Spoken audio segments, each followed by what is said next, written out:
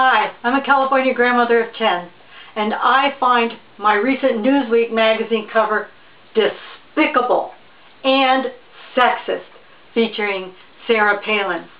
And then inside, as if to add insult to injury, the feature article shows Miss Palin's legs. And if that isn't sexist, then you people in the East Coast have a serious problem, you people running this magazine. And I know of what I speak because I have had experience as a federal women's program manager back in the 70s for the Forest Service. And at that time, that was a male-dominated organization.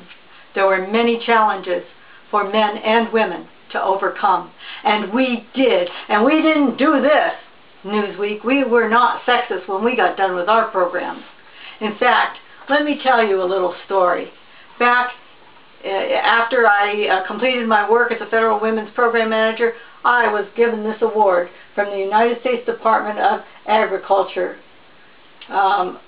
which is a certificate of merit. In recognition, it says, of your dynamic leadership as the federal women's program manager. The Forest Service was under USDA, in case you're wondering why I would get it from USDA. So I know of what I speak, and I know sexism when I see it. And what is the matter with you people at Newsweek magazine? Do you take too many drugs? And when I say drugs, I don't mean necessarily the illegal ones, but that would count for killing brain cells as well as the legal pharmaceutical drugs, you know, such as psychiatric drugs. But, you know, also I was thinking about it lately. I was thinking, what is the matter with those people on the East Coast that do these kind of things? And I thought, well, maybe you people are indoors too much. And so your brain cells, you know, aren't working quite right. They need some fresh air so that you can observe and think. I am really disappointed with what's going on in this world today, as you can tell. As a grandmother, unbelievable that this would happen 30 years after federal women's program manager work that I did. And what's really difficult for me also is that where are the feminists? Why are the feminists not outraged like I am? Oh, I just have to remember the feminists there from the East Coast too, and they're indoors too much of the time too.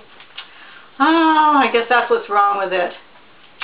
Well, I am so sorry. Oh, by the way, in case you're wondering about California, what's wrong with California is the people who came from the East Coast who have ruined California. People who are not real Californians.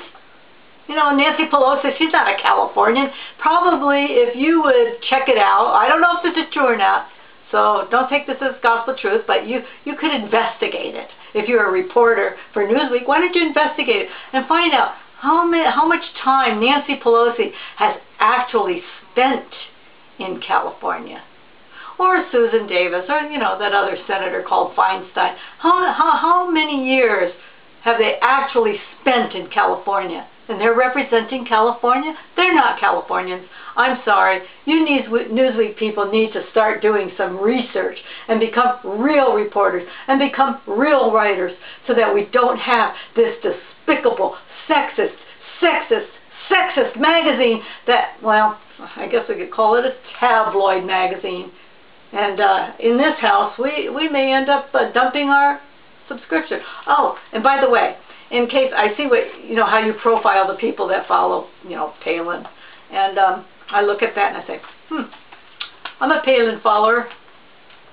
And I'm also a Republican, but by the way, I did not vote for Mr. McCain because I didn't think he would be good for the country.